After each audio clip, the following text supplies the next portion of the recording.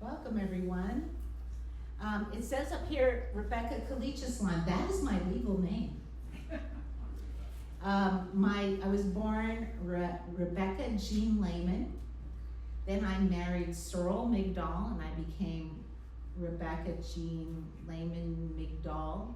And then I got divorced, and then I married Ian Rury, and I became Rebecca Jean Migdal Rury, Rebecca Migdal Rury.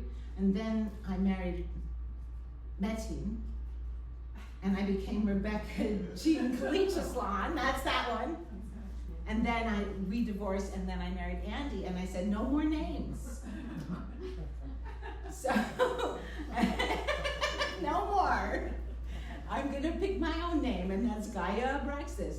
But I also still go by Rebecca Migdal, which is the name that I've been, working under as an artist the entire time, even while my legal name was changing. And boy, the Save Act makes me mad. As you can imagine, I don't even know what my birth certificate is supposed to say. So anyway, hi. So this is, I'm just gonna give you the same presentation I just gave like a week ago for my doctoral dissertation defense, which is about 25 minutes long. And then if people want to ask questions, I'm happy to answer questions. I can also show you more of my art if you're interested. I made a little PDF with some of my early and recent works that deal with dreams. Because what led me to this study was my interest in making art from my dreams and dream images. And I didn't have the vocabulary to talk about it. A friend of mine actually turned me on to Jung's autobiography, Memories, Dreams, Reflections, years ago, and that was a big influence on me. So I got interested in Jung, and then when I had the opportunity to study at Pacifica Graduate Institute and learn more about dream work in the Jungian mode, I really jumped on it. So I started doing dream tending, which is a way of doing dream work, which is more like an encounter with, an encounter group within yourself. There's a party in my mouth,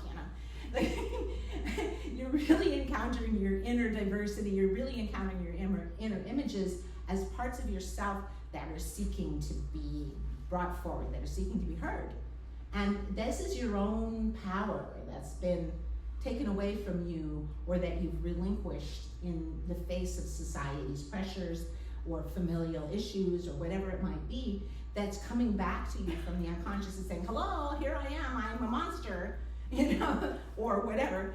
And you have to deal with it as a matter of the wildlife in your forest, in your garden, that should be respected and loved and cared about.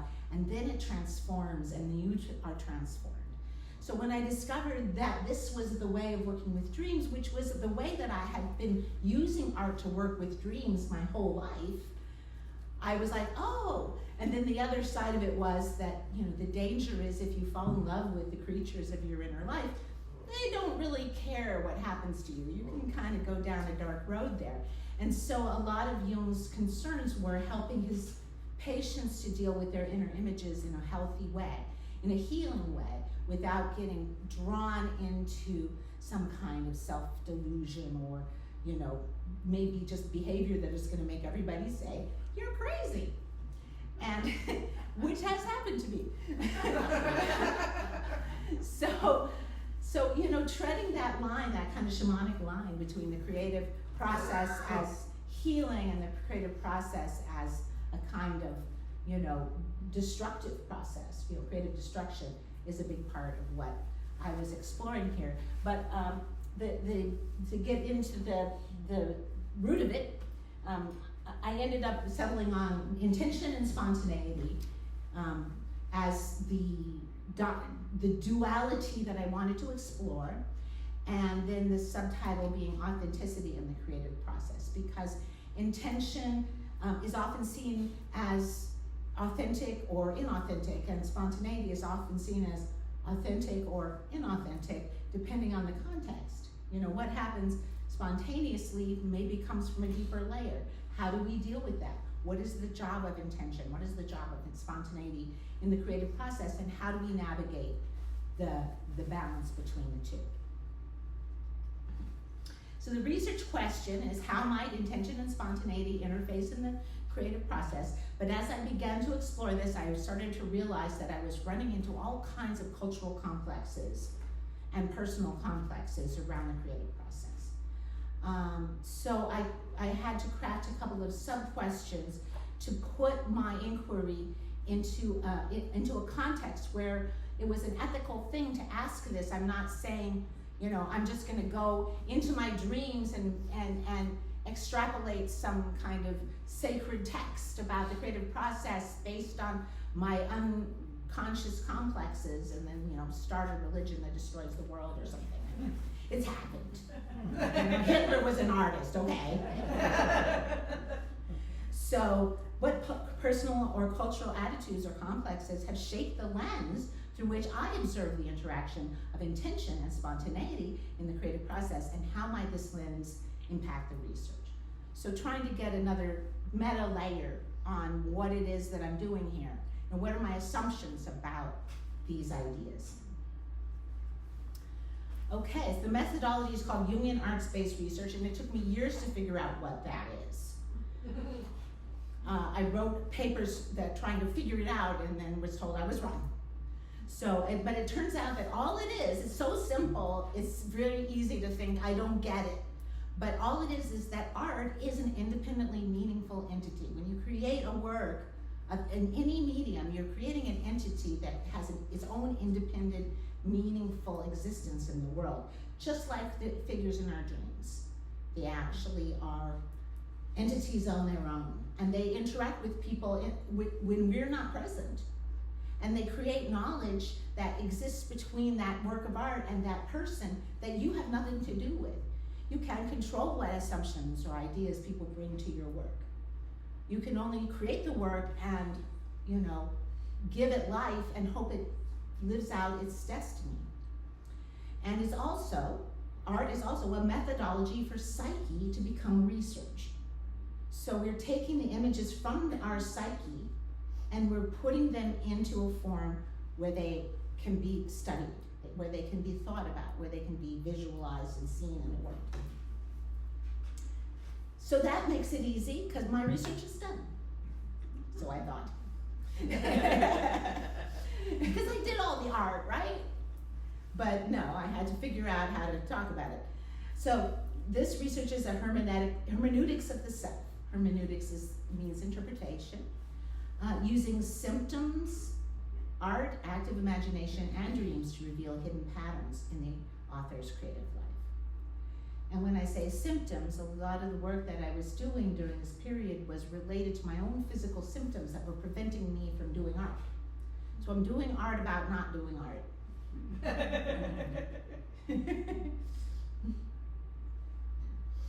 So the first section of my presentation is the literature review and discussion. So I'm talking about Jung, because this is a Jungian degree, and I'm talking about his influences and the things that influenced me in interpreting his ideas. So I'll just read this to you, and I hope it's not too boring. In the creative process, intention and spontaneity are distinct yet interconnected positions of consciousness in relationship to the unconscious, planned and unplanned, directed and receptive. Both are necessary for creativity. How do creative people do what they do? Articles and books written by philosophers, art historians, art critics, educators, and psychologists address this question. Surprisingly, this body of knowledge is not part of an education in the arts. It is considered a self-help topic. I was not taught aesthetics in art school, nor was I given insights into the psychology of my own process. Instead, I absorbed tacit cultural attitudes toward art and artists through media, literature, and social interactions. And you can see there's one of my cartoons up there, and it's a section from a comic that is autobiographical, and the me character, you can see by the tattoo, whatever price you pay, for your art, be it personal relationships, financial security, your very sanity, you must finally be prepared to barter your soul. And this is what I was taught. Otherwise, you're not doing it right. Now, the picture shows me crying and is actually a portrait of myself working on a comic where I cried a lot. My sister had died. I was working through my grief through this comic. The grief came from my loss. It didn't come from the artistic process. The artistic process was a way of dealing with the grief. But that's not what Jung thought. Maybe I'm being a little oversimplifying it, but you'll see. Beyond the binary. My study of intention and spontaneity opened a Pandora's box of pairs of opposites, from Jung's psychological and visionary art to Nietzsche's Apollonian and Dionysian art worlds, and from Schopenhauer's will and representation to Kant's beautiful and sublime. All these philosophies have one concept in common, that beyond the level of reason and the strivings of the ordinary world lies a primary reality. This is the domain of nature, the body, and the collective unconscious. One's reason can be overwhelmed by its power. Proximity to instinct puts the artist in danger, and the intuitive ability to navigate it makes him or her an almost superhuman being. This status comes with a price.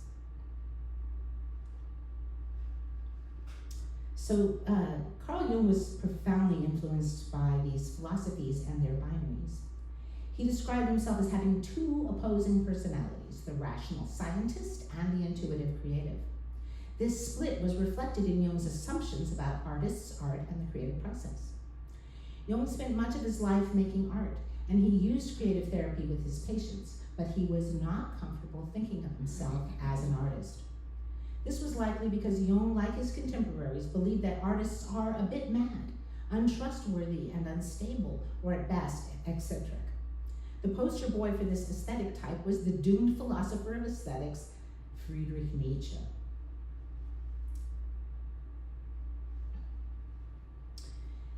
The image of the mad artistic genius has real impact on the artist.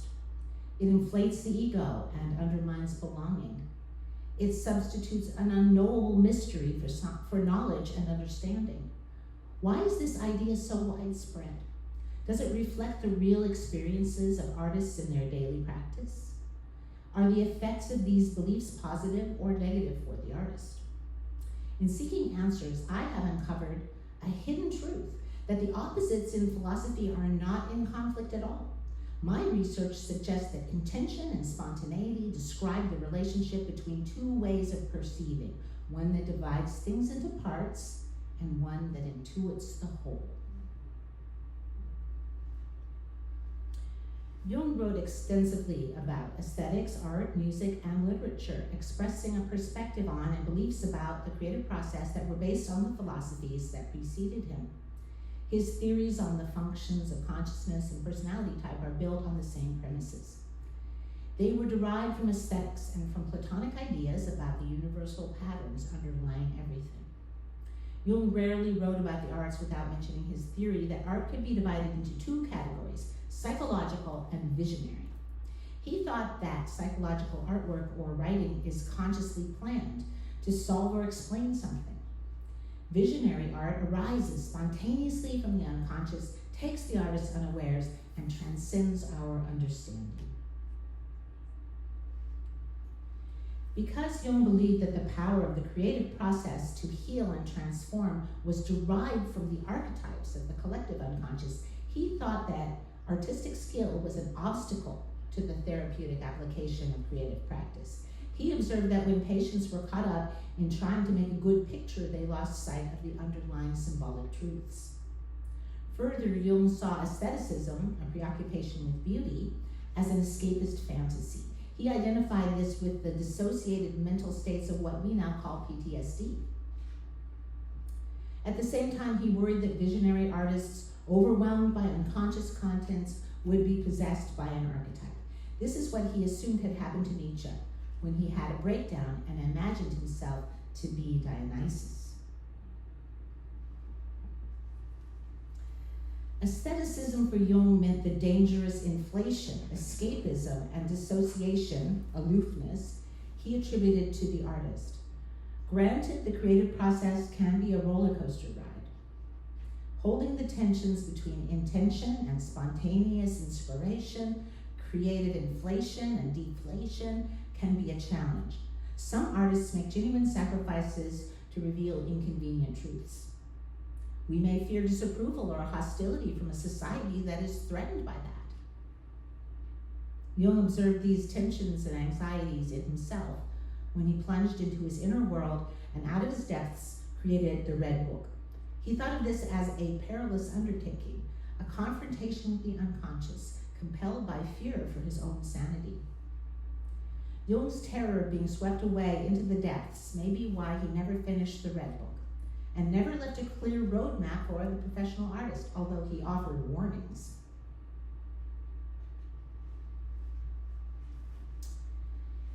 In his memoir, Jung recounted having panic attacks because he feared he would go mad like Nietzsche. His artist complex reflected an attitude toward the artist that prevailed in his time. It still has currency today. Yet Jung's experience of creative madness was not universal. Many an artist has lived a perfectly ordinary life, and having a mental illness does not make one an artist. Jung believed that artists are responsible for what they create, but he may have erred in attributing mental illness to the creative practice itself. Perhaps he unwittingly perpetuated a cultural complex that continues to harm artists.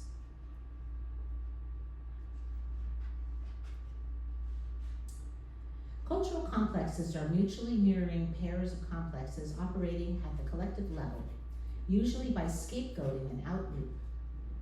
Art making participates in phantom narratives that can reinforce the guilt and suffering of intergenerational trauma and social injustice. In a desire to critique cultural norms and complexes, many artists have spoken out and been persecuted for it. This continues today. The cultural complex of the artist, I suggest, positions artists as sacrificial figures, then scapegoats them, holding them accountable for the consequences to themselves of society's biases and projections. I think the sacrifices we make to create are penance enough.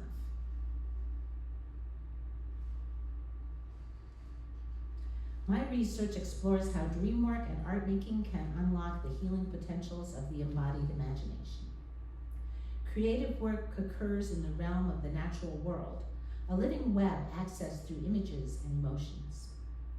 Susan Rowland called this state of interconnectedness tacit knowing, while Nietzsche wrote of the body's big sagacity. Marion Woodman's practice of using active imagination to place dream images in the body is intrinsic to my own research. Teaching the creative process is activating intuition. The focus is on grounding the artist in the body and the present moment. In embodied imagination, the artist's attention is directed toward what is happening all around them. Before starting this research, I was aware of experiments showing that the two hemispheres of our brains control the two opposite sides of the body, and they can operate independently. I had absorbed the notion that the right brain is the creative side and the left the linear strategist. The more nuanced picture I discovered in my studies is of a divided brain that collaborates constantly, using two different modes of consciousness. We have two distinct personalities inside of us working together. These two centers of consciousness, one rational and the other intuitive, resonate with the binaries explored in this thesis: psychological and visionary, logos and eros, Apollonian and Dionysian, and the rest. One mind is ego consciousness. It can use language and see into past and future. This mind seeks certainty, closure, and control. Its memories, good or bad, become narratives of identity. The other mind operates in the present moment, sees the big picture, is curious, innovative, visual, empathic, and sensory.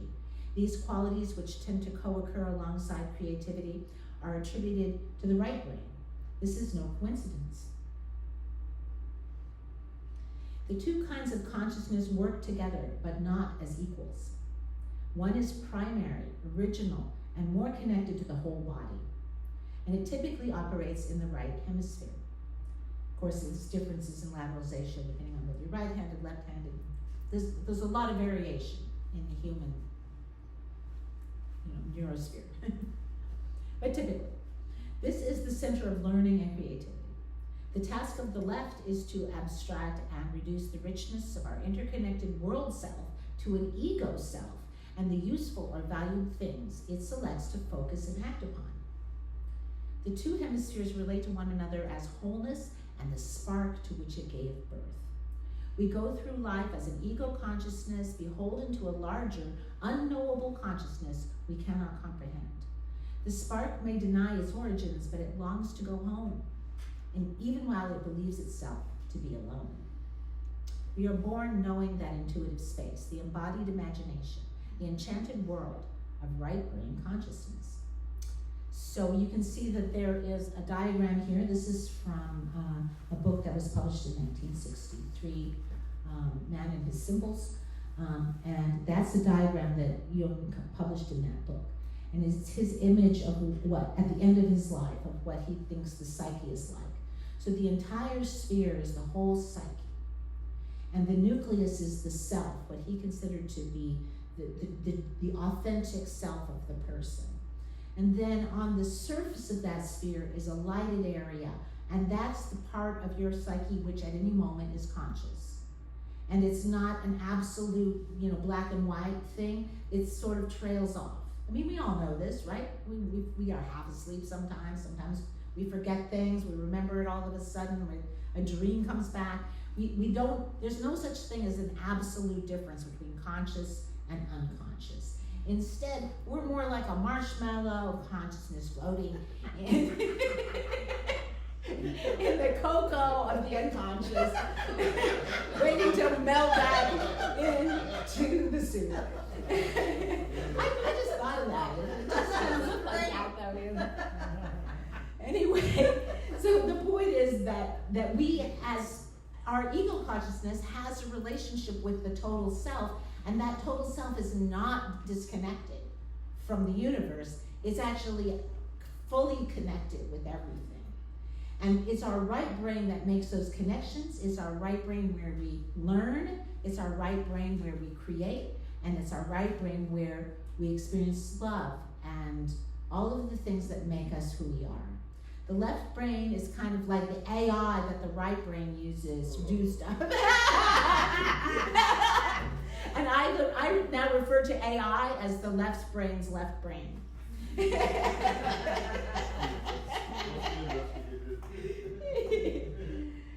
So, but that's just a thought. I just like to have fun with words. So creativity is a balancing act. And that's a picture of myself that I drew from a dream I had. I won't tell the whole dream, but I did kiss myself. Okay.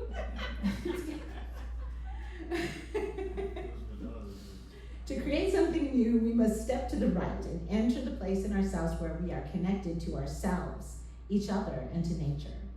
But we cannot create without both minds. The secret is getting the rational mind to be quiet and listen. Creative consciousness was said by Kant and Jung to involve rapidly alternating positions. Artists at work alternate between intense focus on the part and attention to the whole, a hermeneutic circle. Similarly, the artist must achieve a balance between extroversion and introversion. All these patterns are reflected in the back and forth, which is the essence of hemispheric lateralization. To be creative is to activate many resources. Highly interactive neural patterns across the brain are associated with creativity. And it's interesting also to note, which I didn't put in here, that difficulties with lateralization and communication between these two sides of the brain are also associated with a lot of mental illness, or they increase the likelihood of mental illness. So this balance is, why do we sleep? Why do we dream? We're working those connections between what we experienced consciously during the day and the unconscious world, which is our primary self, which has access to 1 million years of evolutionary data, which has access to the entire, magnosphere and everything in it, and where we just have to reground ourselves in the collective before we return to our little puppet world. That's how I see it anyway.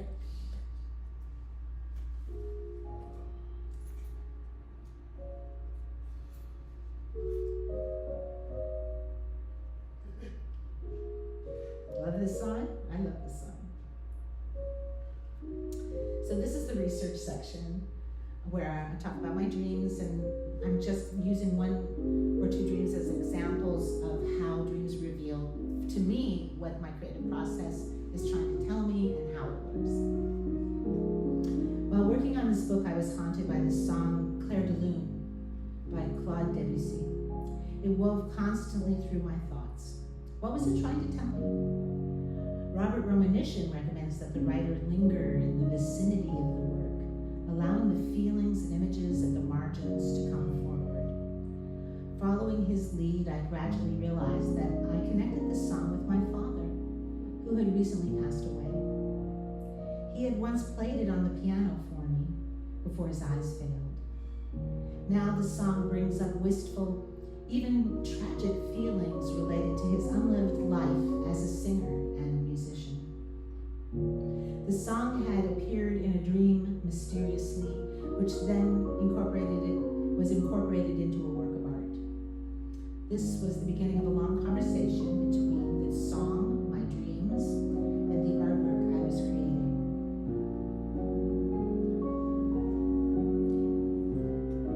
So this section is called the inflation diving board, and you'll see why I call it that. But just to preface it, this is related to the kind of alchemical cycle that the creative process involves.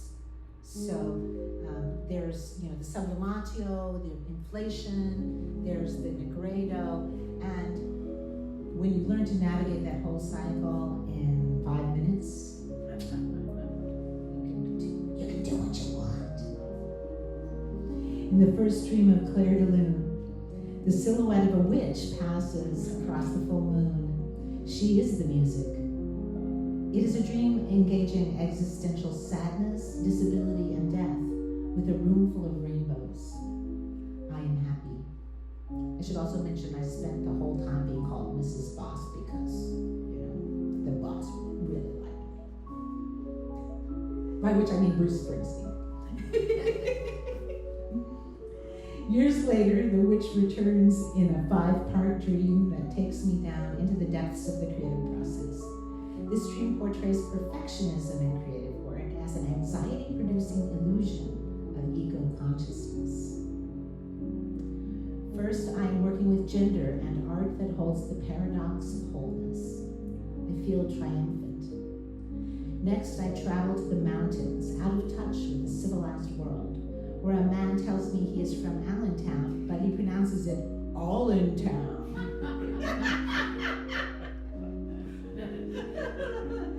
Then I am told that I must return home in time to attend the funeral of a friend who is dying of cancer. After this, I am in an art studio-like kitchen with a family elder who shows me an alchemical gadget that spurts out water from multiple hoses. It is activated and I catch the water in my hands. No matter how much water pours into my hands, not a drop spills. Yet because I must concentrate on one thing to the exclusion of all else, I cannot see what is happening underneath the machine. I imagine water must be pouring everywhere and I am anxious. Then a classic evil witch shows up and accuses me of making a mess. I deny it, claiming to be perfect. You're not perfect, you're evil, the witch says. I'm the most perfect person in the universe. Literally said that. This dream indicates how, in the creative process, inflation can signal descent into the unconscious. The initial image is one of wholeness and ascent. This state becomes a psychic high diving board, allowing my dream to plunge into the depths. The dream journey involves a shift into nature, the uncivilized right hemisphere. The move is bracketed by concerns over mortality and accountability. I cannot enjoy the miraculous perfection of the alchemical container I create in my intuitive flow state. I know there are unconscious factors that I cannot perceive or control, but which I assume are making a mess. This is how perfectionism forecloses authenticity. Marion Woodman wrote, "It is in seeking perfection by isolating and exaggerating parts of ourselves that we become neurotic. Rather than perfection, it is completeness that is missing in our lives. We complete ourselves when we come to terms with the shadow aspects of ourselves, in this dream, the evil witch, and the perfection she demands. The alchemical kitchen device represents a particular inflation of the introverted intuitive function, one that causes the artist to become completely absorbed in the work. This produces a sense of vulnerability to what is happening outside of the narrow beam of focus. Vulnerability, in turn, activates the critic, a complex that seeks control."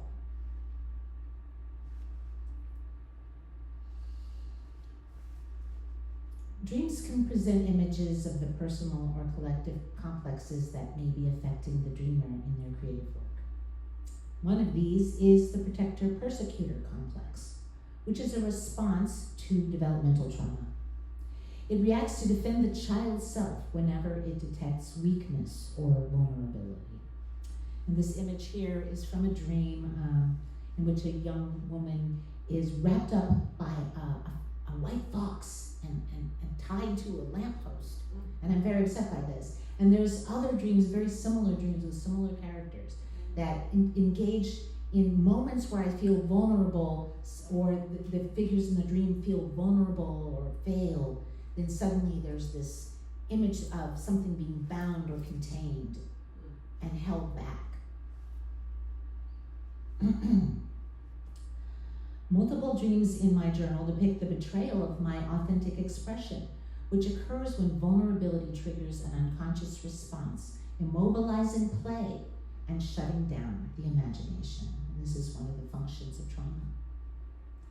For years, I have been working on the problem that when there is an important opportunity on the table, I often opt out or sabotage myself out of fear of failure.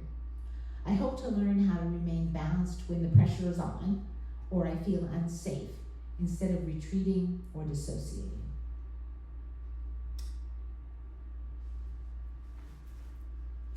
So now I'm going to talk about the concept of the sacrificial artist, and you might be surprised where this is going.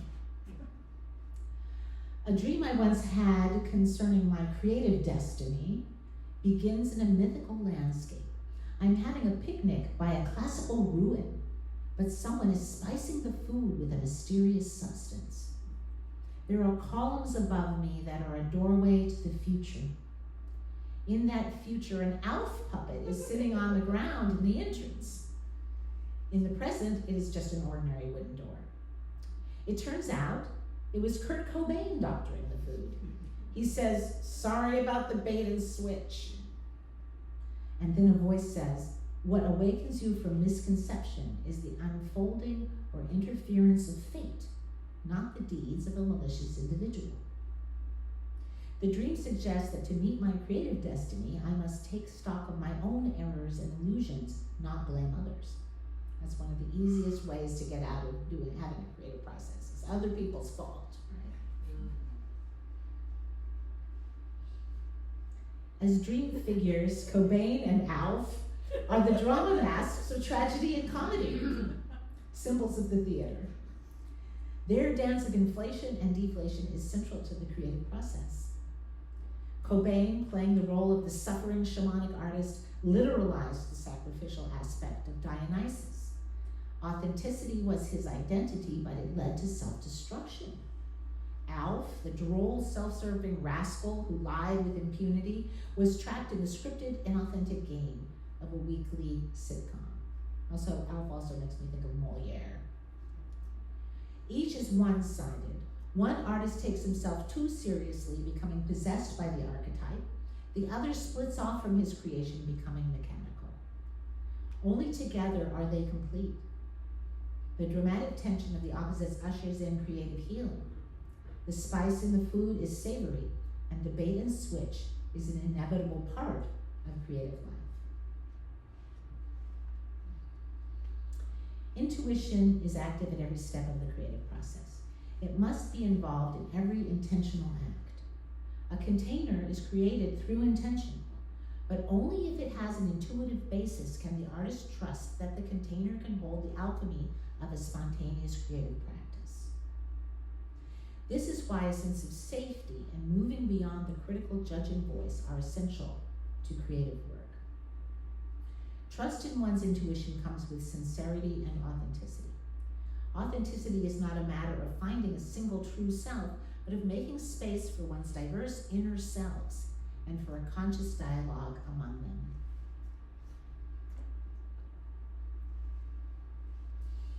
So here's another dream. Frustrated about not having time to create, I had a dream telling me to open James Hillman's The Myth of Analysis to page 38. That's very specific. Very specific. The passage concerns the containing opus and how to manage creative destruction. The opus itself, Hillman wrote, imposes a discipline that helps us culture the soul and meet its ever-returning interest in death. Meanwhile, the psyche places limits on the creative drive through the context of relationships, curbing the compulsiveness that can come with inspiration. Hillman thought that relationships provide channels for creative pressures. Relationships offer containers for the craziness. The pressures on the artist shape us in indispensable ways. The artist can be a prism for the light of truth. There are also times when the artist needs to become a hammer, knocking at the walls of bigotry. Then the blessing of beauty can be a life-saving balm.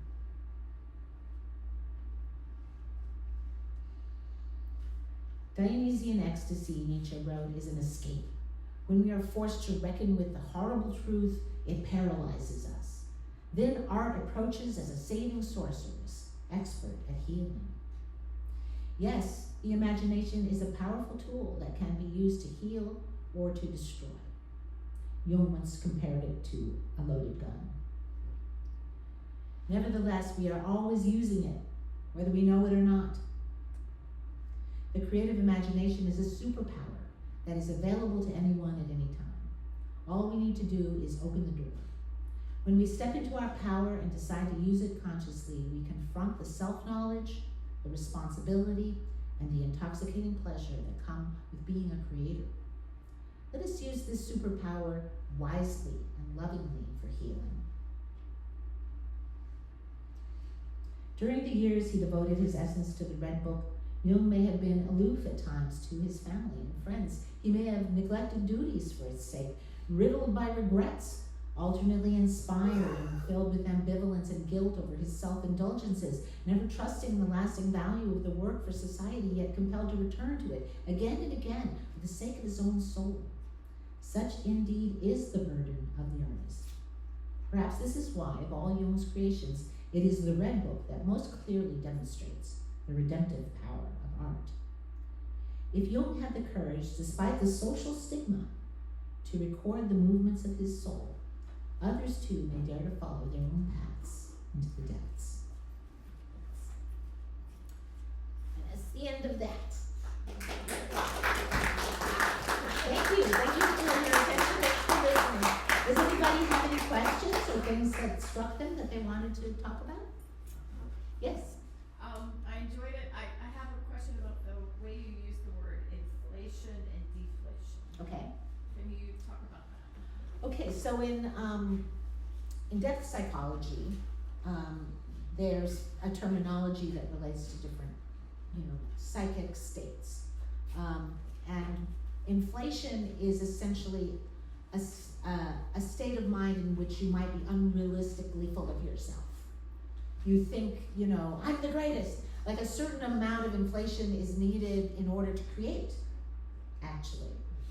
And so the deflation is the kind of crash that comes after that. People who are on the, who are bipolar experience, inflation and deflation, and they're often, that's also associated with, artistic genius. So it is one of the, it may be wrong for us to pathologize it the way that we have, and that's one of the things I address in my dissertation, that we need that inflation in order to create. And in my dream, you know, the inflation at the beginning of the dream is like, oh, I'm so wonderful, and I'm doing this beautiful thing, and I'm putting all the pieces together and raising consciousness, and then whoosh, all the way down to the witch. So it's like this slide, this intuitive slide down into the unconscious. And when you go down into the unconscious, not everything there is pretty. It's the unconscious for a reason, you know. So inflation actually, to me, that's why I call it a high diving board. It kind of prepares you psychologically for that dive, that shamanic journey, by giving you something to lose, if you will. One of the things I talk about in my dissertation is the journey of Inanna into the underworld. And when she goes down into the underworld, she starts out her journey covered with gems and a headdress of gold, and you know, her eyes are painted, and she's hot. She's like the best thing you've ever seen. And she starts out her journey like that. As soon as she starts going down into the underworld, one by one, each of her treasures is removed from her. And she has to face, you know, Ereshkigal. She has to face that feminine loss, that feminine rage, that feminine, you know, death energy that her dark shadow side, the goddess of the underworld, represents. But she had something to give up. And if you don't have anything to give up, you're never going to make that journey. If you don't have anything to lose, it doesn't mean anything. So in a sense, we have to prepare ourselves with all of our gems, you know, and say, yes, I'm the queen of me, you know, and I can take this trip, you know. And so that's to me is the purpose of inflation. It can be obviously, it can be a little pathological, but what's interesting is that inflation is actually more of a function of ego consciousness than it is of the self. The ego consciousness is the one that has a plan and a goal and an itinerary, and it's going to do it, and we're going to be perfect, and it's going to go like clockwork, right? And so the part of the inflation is that I have control of anything. And when you move into the unconscious space, you stop having control. But in a way, by creating that persona of your own worth and value, you also have something to regain. You also have something to go back to. You have an image of who you really are that is positive, and not just the negative voice of the critic, or you know, like that witch, or whatever it might be. Another figure that I confronted in a dream during the writing of this thesis was the Mist Man. And that was really interesting because I was inside of it was like I was inside of a pyramid in one of those long cut stone corridors. And there's a woman kind of ahead of me. She's sort of the witch character, but representing my grandmothers, a couple of my grandmothers combined, that kind of ones that are sort of a little bit, crusty or not very affectionate or whatever. And she's racing off onto the left side, and I hear her voice echoing, but she's gone on ahead of me. And instead of following her, I turn to the right, and there's a little doorway and this landing with a really dodgy light, and I go down the steps, and at the bottom of the steps is this guy who looks like he's in armor or some kind of, protective gear, or maybe he's an alien or spaceman or something. He's all covered with, some kind of, life support gear. And so I go all the way down to face him, and suddenly the mask or the armor is gone, and inside he's made of pieces of mist in the shape of a person, and he's just all in parts. And I see the look on his face. He's full of anguish and horror. And I don't know what part of me this was, but I was so filled with horror and terror in this dream, but I knew what I had to do. It was kind of like the one with the kiss. I was just like, I accept you. And I embraced him. And when I woke up, I was like, whoa. So, we take these journeys inside, and when we learn to love those parts of ourselves, we really regain aspects of our power. And our power, because our power wasn't ever about power over other people or the world. It was only ever about power over ourselves. It's the only power we can ever have that means anything. Yes, question. Well, this is hard. This gives theory and words to what I do. Yeah. What I do in the jail with the women. I mean, you totally describe it. Sorry, I didn't expect this reaction. But it's just the process that I can't even put more words to it. Yeah. But it totally is what happens. As they, they don't have to remember the trauma. No. Right? We don't do that. We make the art. And I started taking in baby wipes. I wasn't allowed to take in some things in the jail.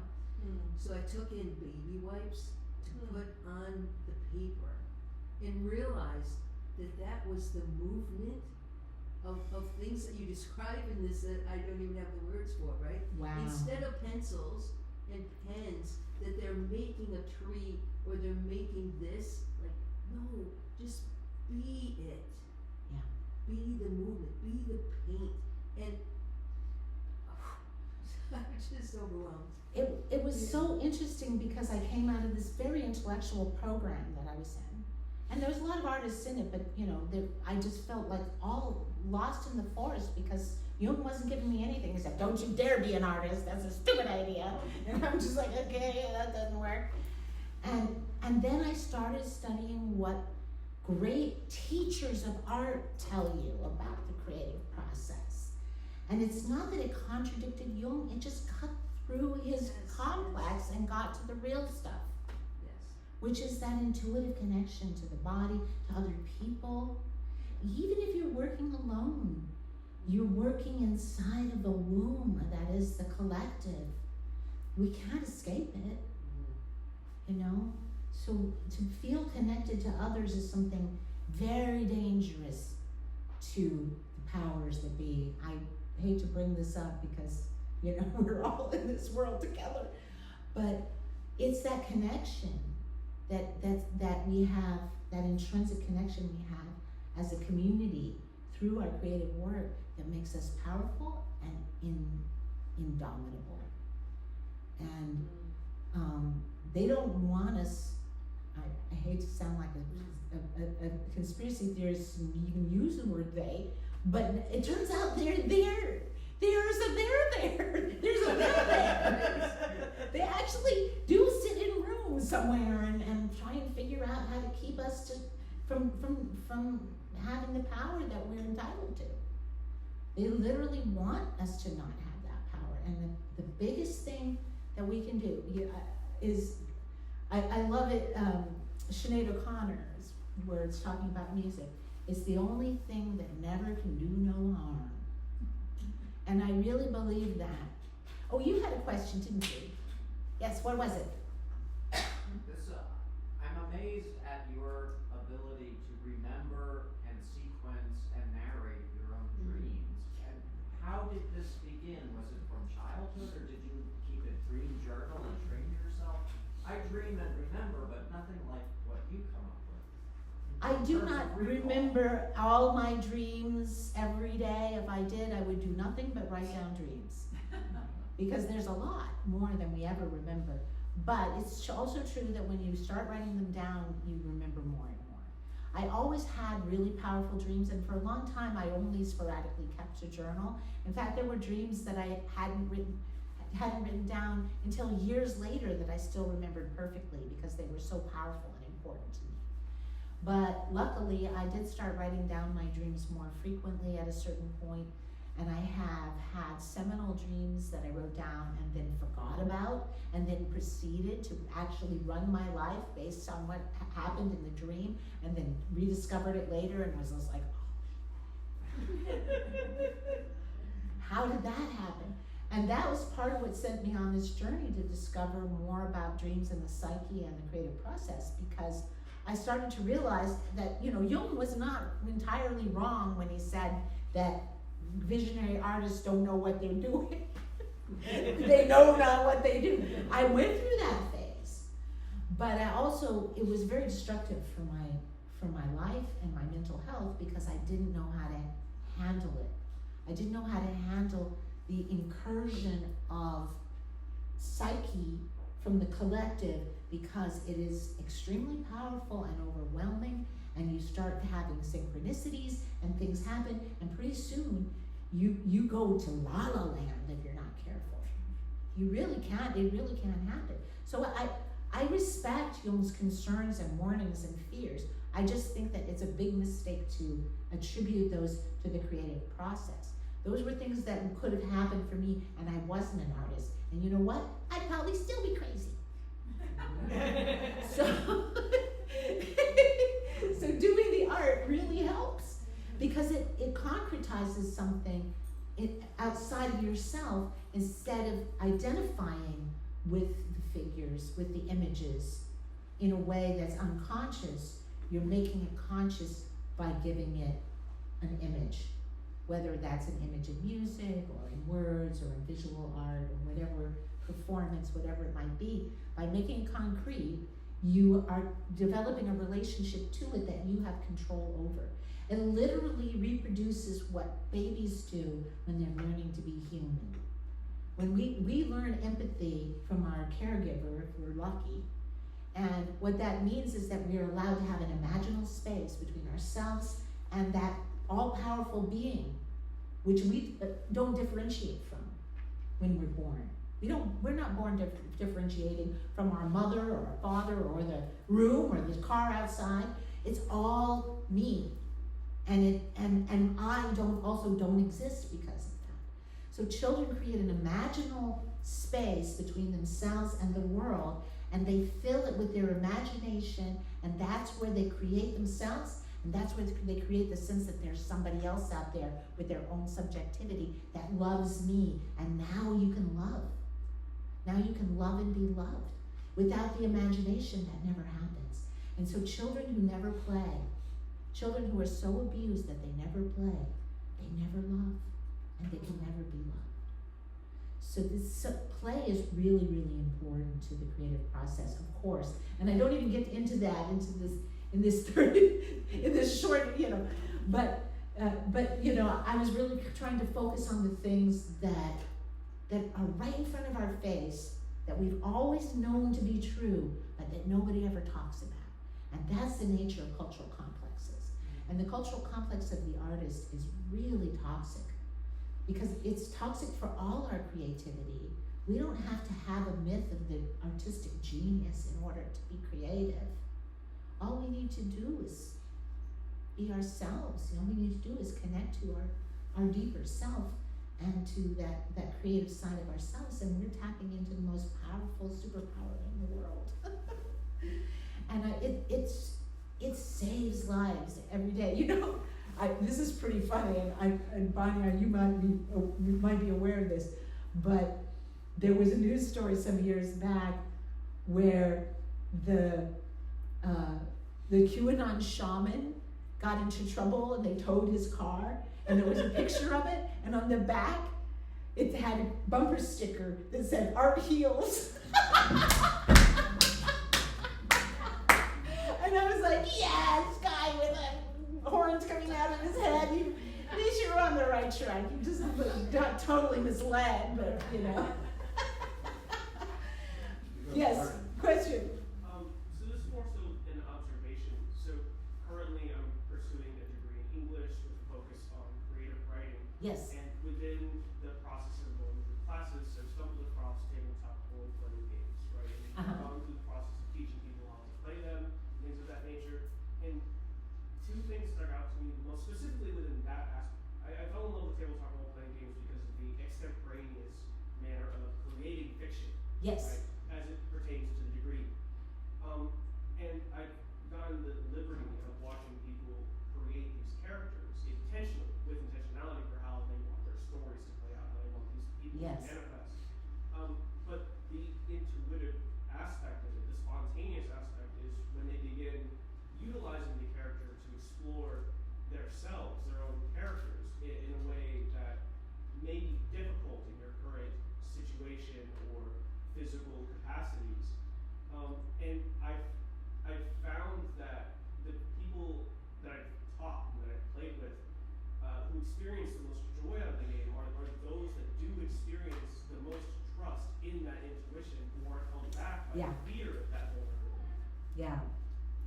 Yeah, I mean, what you're describing is the kind of container for spontaneity that I was talking about, and the idea of a multiplayer game is just so perfect for that, because it allows people to enter into an imaginal space, take on a role that maybe is a dream part of themselves that they never got to express, and then engage in activity with other people in that role. How magical is that? It's fantastic. And it doesn't surprise me at all that it's part of people's development. In fact, I remember years ago, my son is he does comics, but his comics came out of the whole gaming world, and a lot of other people did at the same time. And so I was very interested, and I never did games myself because I grew up in a different era, so it was something different. But the outpouring of creativity from that world in webcomics was really powerful and wonderful in the 90s and 2000s. And I remember reading an article by a young gamer who was basically talking about what, it was at a time when the government was trying to crack down on and control gaming. They're like, this is a problem. It's a similar kind of thing of pathologizing something that's creative because they're afraid of what it might unleash, and she started listing all the things about pardon me, my voice is getting going.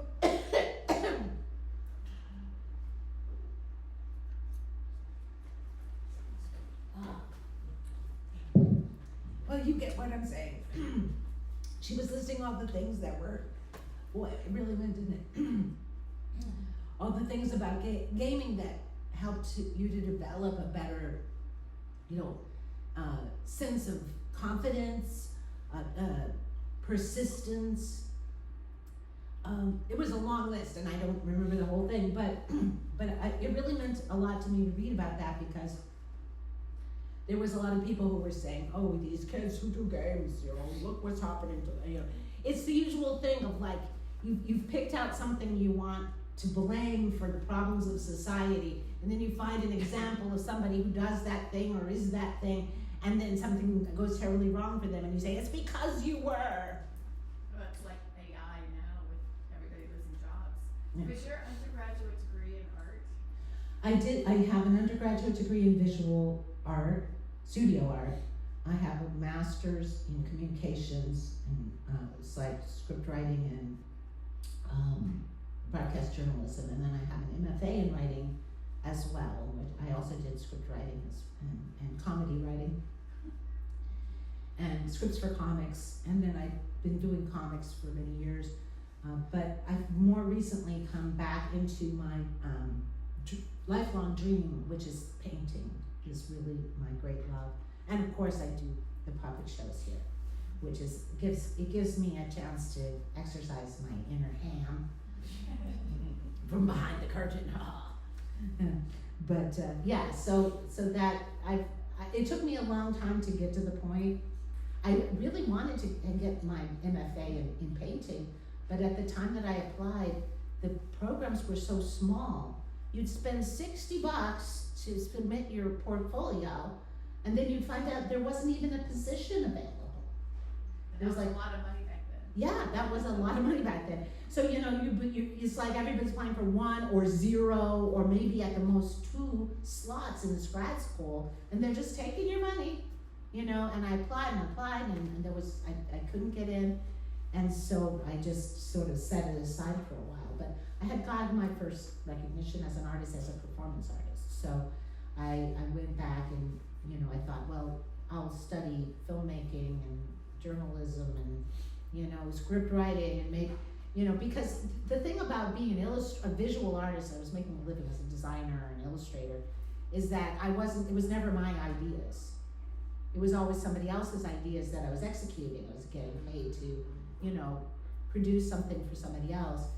And I thought that being the writer would enable me to maybe produce some animated films or things like that, which I never ended up going in that direction. And I just fell back in love with painting and decided that was what I was gonna focus on, and the dream art, essentially. Okay. Unless, did you guys want to see some of my paintings? Yes. Oh, okay.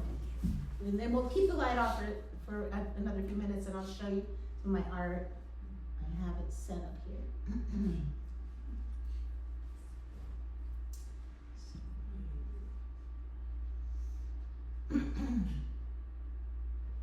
So this is an early piece I did in college.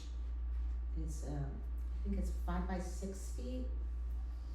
All my teachers were abstract expressionists, so I did this abstract painting, and then he told me that I had gotten it to a good point, and then I kept working on it and lost it. And so I was like, okay, well then I'll just paint on top of it. So this is actually spray paint on top of a bunch of mixed media stuff. I don't even know how it's still sticking together. But this is my favorite E.E. Cummings poem. Pity this busy monster man unkind not. I will read the whole thing. I also do sculpture. I make dolls and puppets. This is a relief sculpture that I did of my sister after she died. And it's actually on display at the Ivy Museum.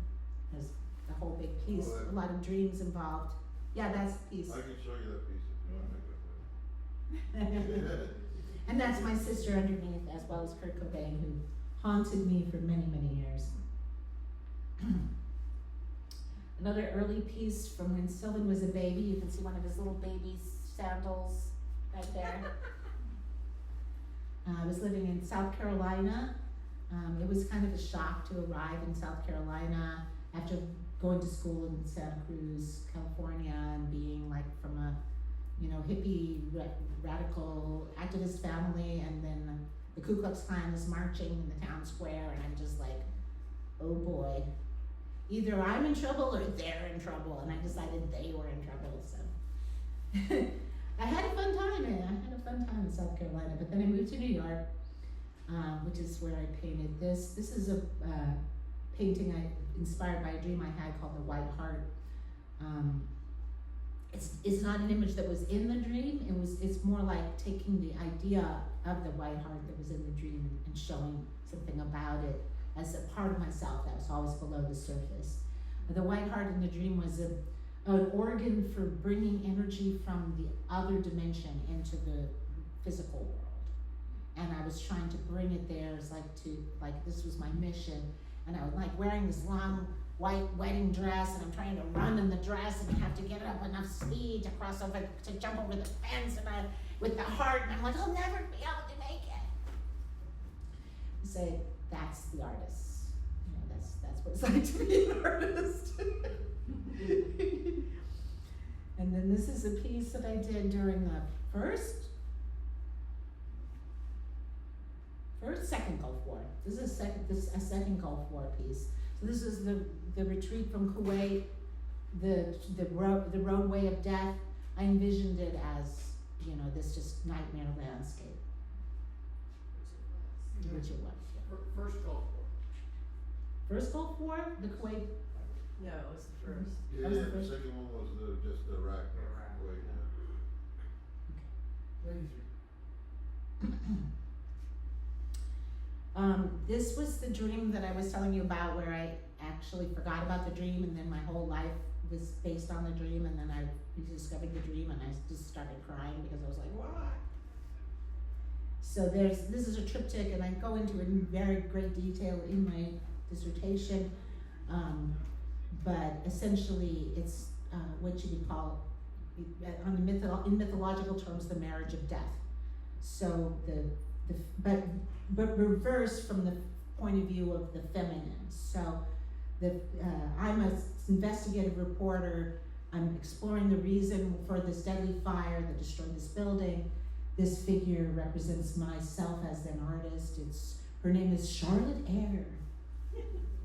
And then this boy that loves him and has kind of come with me that loves her and is her admirer, turned out to be Kurt Cobain, which I didn't recognize him in the dream, but then after I rediscovered the dream and had done a whole comic book about Kurt Cobain, I was like, that was him!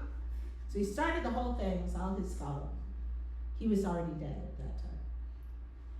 And this is a kind of a central image from the dream where the boy cuts her finger just a little bit with a knife. It's a very sexual kind of symbol, but she loses all control over herself, and he abducts her out of the burning building. So this was my animus coming to my rescue, my creative animus coming to my rescue at a time. I was in a band, I had a husband, but he was very bossy, very judgmental, and I was not able to remain in that situation. I needed to be treated like an equal. And I knew that if I stood up for myself, I would lose everything. And ultimately, I stood up for myself anyway, and I did lose everything, but not my soul. So sometimes it's worth it. So I was in the midst of a situation. I don't know if you've ever been in this kind of situation, but you're living your life and you realize that you've kind of just traded away your whole autonomy and everything that, you know, that is meaningful for you, it's for another person, and now you're just living a lie. Have you ever been there? And it looks really beautiful on the outside, everybody thinks it's perfect, and you're just like, ah. So here he is, running down the street with her in his arms, being followed by this magical being who hands her a garland covered with ribbons and flowers, and also little clocks, little like pocket watches that are just ticking away. And she says, "This connects you with the others, but you can only use it once." Here's a painting I did of bog mummies. I imagined what they would look like when they died. Yes, pretty gross, right? Yes? Oh, did you feel totally contemporary to Kurt Cobain? Did you feel like the temporal contemporary? I'm the same age as Courtney. Okay. Yeah. I saw her in concert once. She's amazing. Would you mind just repeating what you said about that? Everyone else seemed to get it, but I didn't quite hear Which about this one here? Yes. Oh, so this is a bunch of bog mummies that were discovered in peat bogs, and they're very well preserved. It preserves the soft tissue, the skin, and stuff like that. Some of them even have readable fingerprints, but they don't look this good. They get all black and desiccated and squished. So I basically posed models in the position of the bog bodies, and then I did these paintings showing what they may have looked like at the time that they were interred. I don't know why I felt like I had to do that. But it was interesting. What was interesting about it, there's some other artifacts here too that were found in the same contexts. I was really just, I guess, exploring, the idea of the scapegoat. So a lot of my work at this time was around gender and scapegoating and the way that societies make women accountable for the sexual crimes of men and so on. So there's a number of women here. There's men as well. This one couple down here that was discovered, they were kind of flattened and only the skin was left. So they made some assumptions about them, but they now think that it might have been a man and a boy, actually, who were buried there. So the Romans actually gave accounts of what the Gauls did when they put the people in the bogs. It was usually for a crime against the group, like a sexual crime, and they would take them out to the bog and push them down under the water with a hurdle and drown them. And the thing about it is that by leaving them in the bog, their bodies were preserved. And these are people who burned the dead to release their soul. So instead of these people's souls being released, they're being trapped in the bog. So I'm assuming that is a sort of insurance policy, like they can't come after me now because I killed them because they're trapped. Their bodies and souls are both trapped there. Yes, question? I got a super stupid question. Is that where the word boogeyman came from? Yes. Okay. Oh, wow. Yes, absolutely. Also, it didn't Yeah. me that's what it was. And also, I guess Humphrey Bogart. Yes. Humphrey Bogart was Dutch. Oh, sorry. My question was more of like a technical aspect of the previous painting. So the outline of the land looks a lot like cartographers' interpretations of the border between the land and the sea. Uh-huh. Was that intentional in the process of creating this artwork, or was that just a happenstance? I really just wanted to take the land masses and kind of fill them in a pre-Photoshop way, fill them with with an image of a landscape, and then show the oceanscape behind it as if it was just a cutting. So this piece that was done for World War III Illustrated. It's called Attack on Gaia, and I just wanted to develop an image of what I think a lot of us feel all the time, is this terrible torment that we're putting our planet through and nature. And so there she is, made up of all the living things and being attacked by, let's see, we've got BP, British Petroleum, Monsanto, and it's kind of hard to tell, probably it's a little blurry, but Hormel, Pfizer, and I forget Swanson, yes. Well spotted. And what's so weird about this? The one with the ground meat grinder with the slightly ground up horse. A fellow artist in World War III Illustrated magazine got it tattooed on himself. Oh my God. And I was like, okay, if you want. It's quite the tattoo. So this is one of the pieces that I talk about a lot in the thesis. It's called The White Cat Priestess. And this was when I had serious tendonitis that had been recurring, and it was making it really hard for me to paint because I had a brace on my hand. And so I did a bunch of research about dreams that I'd had about my hand. And I found one where my hand had a bandage on both sides. And this, at the beginning of the dream, it says, there are tattoos on my hand that my parents put there before I was old enough to remember. And one of them was my dad as a baby, and the other one was this explorer guy, and I'm actually descended from the family of Meriwether Lewis. So I assume it was Meriwether Lewis. And then the tattoos turn into like skin that's peeling off, and then it's like bandages that are peeling off, but it's keeping me from moving my hand. So here I am having this problem with my hands, and I'm dreaming that it's intergenerational trauma from the male line. And I started to realize that I was experiencing the wound to the feminine as experienced by the man, because we all have a wound to the feminine. And my father, in the image of my father, was kind of as a helpless child who was with an overbearing mother. Meriwether Lewis had a very intense relationship with his mother, very similar to Kurt Cobain's actually. He was like a really badly behaved kid, really proud, like kind of out of control.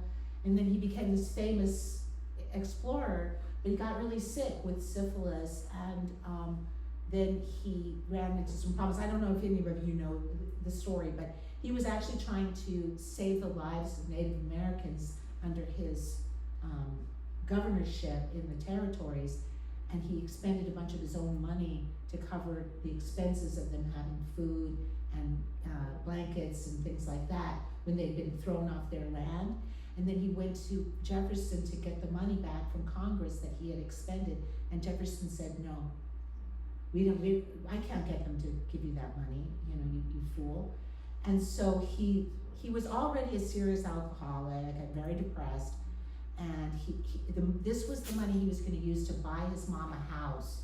So he was finally going to have the final reunion with his mother after being thrown out and he shot himself. So the story of Meriwether Lewis is quite an interesting one to have in your legacy. And in this image, which was developed entirely out of movement, I took the image of the dancer, of myself as a dancer, artist, model, this kind of really positive image, and I put it onto my wrist, and I just let my arm move and my hand moved, and I got up and I started just dancing the image onto the canvas, and this is what came out. So I was trying to not direct it consciously, but allow something to emerge. And then whatever emerges, then I would respond to it by looking for dreams that were related to that image. And then that would re-inform the image, and then I would have another dream, and that would, it's a whole conversation. So that was a piece I did in 2020 that really opened up a lot for me as an artist. This is one of my comics about my nephew who unfortunately passed away. This is one of the pieces I did for my Mother Flower series. This is actually a study. I'm in the process of making this series of images into larger paintings, but they were published in World War III Illustrated as part of as a piece about the feminine divine. So I was looking for it started out as a rant where I was just essentially listing the psychological reasons for misogyny. And why is misogyny so widespread? I had read Adrienne Rich and so on, but I was going a little bit more deeply into it from a mythological standpoint, as well as from the standpoint of the effects of trauma and intergenerational trauma on our psychology. Because one of the we obviously live in a rape culture, right? It came down from the whole system of war and violence, and thank you. What does rape culture do to the relationship between the mother and the child? It severs it psychologically. And so that becomes the basis for misogyny, because we don't learn, remember going back to that developmental element, we don't learn to love or be loved. We don't learn that other people have feelings. We become Elon Musk.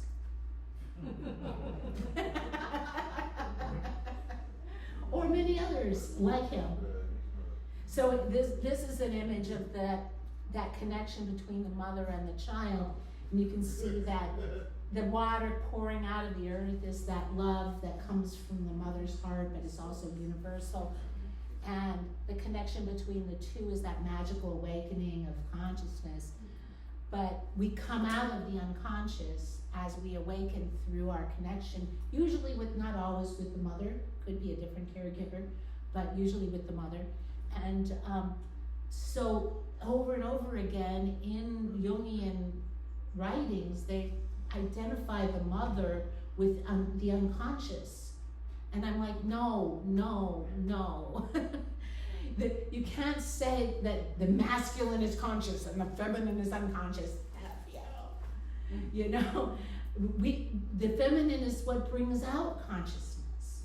But if you are coming from an unconscious place and you are looking at the feminine or the relationship between the mother and the child from an unconscious place, then there's a projection of that unconsciousness that occurs, and I think that's where that comes from. And the snake?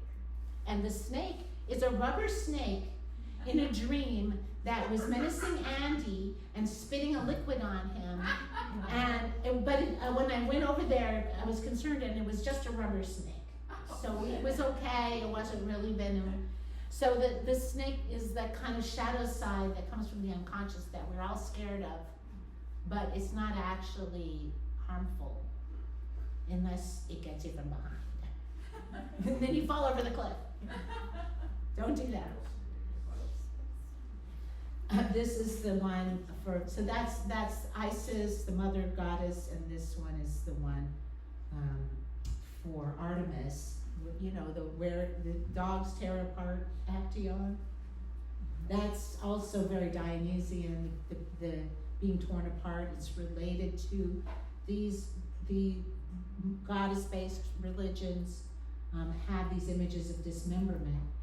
And so again, from our Western patriarchal left-brain society, we would look at those myths and we would say, oh, that's the problem with the feminine divine, and rips you to shreds. But that actual tearing apart is not a function of nature, it's a function of ego consciousness. And so what we have to face, of course, is our mortality and the necessity of death. But in this case, this image becomes almost like the hanged man in the tarot. There's this eternal state of suspension in anguish, which is one of the aspects of our soul. Once we accept mortality, then there's a sadness. There's a sadness to the rainbow. There's a sadness to the glitter of the raindrops. But that's when we start to experience life in a genuine way. And I positioned on either side, these are two different shamanic figures from dreams of mine that were dancing and holding the tension with mortality, as that was their job. They're standing at the gateway between life and death and dancing and dancing and dancing. But this is where the power comes from, that death energy, right? That the Buddha talked about. And this is Venus. So she's basically the female body as the center of everyone's attention. All the arrows face in toward her.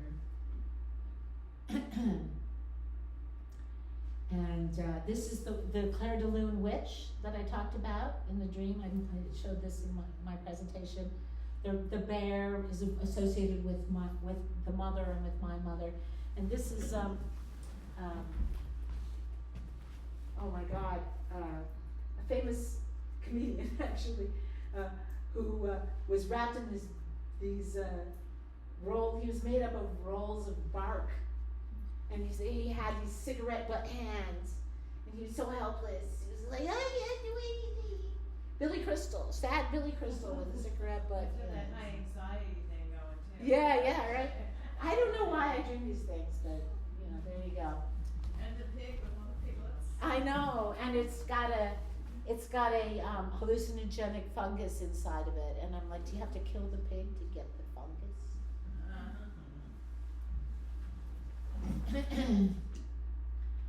And this is one of my more recent paintings. I spent 4 years on it. This central image of the mass of caterpillars coming out of the flowers echoes the dream I had where I met Carl Jung, and he threw this kind of weird slippery packet into the lake, and it was actually full of grubs, and they sort of came out and turned into butterflies. And I call this painting Abraxas. Carl Jung talks about Abraxas in the Red Book, and that's his image of the divine containing all things rather than just, God versus the devil. Nature contains all of the good and the bad. What's good for the tiger is bad for the lamb, right? It's the fierceness and the death also come with this incredible beauty and with love and with this sense of also the genders being combined into one. And so that image for me is really an important part of my process during the writing of this thesis. And here, this is the very last thing. One of the things that I always wanted to do was to have the time and freedom to just paint my dreams as soon as I woke up. And this time I did it. So I had a dream about this figure, and I called him Barnacle Boy because there were barnacles on the inside of my house in the dream, and I was like, let him stay there. They won't do any harm. And they had like little flowers coming out of them. So after I had the dream, I immediately started to draw and paint this one figure because he was so powerful to me. And so this is the first stage of the painting, which is just a grisaille of acrylic on a black board. And then I started to build it up, and then I added the barnacles, and now I started to paint over it with oil paint, and then that's the final version of it. So the initial image I captured right away, and then I was able to develop that into a portrait of a dream figure, which is really, to me, really accurate of what I saw in my dream. And so that's fun. And I think that's it. Oh, there's one more. I didn't know. Okay, that's the last one. There's no more after that. What's the difference between that and that? Just a little bit more something. Just a little bit more something. Yeah, and he worked at McDonald's. Looks like the golden arches.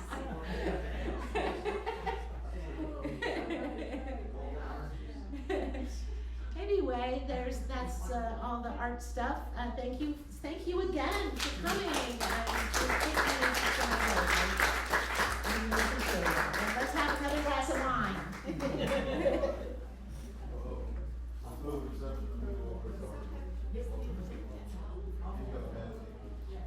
Thank you for being such a good tech.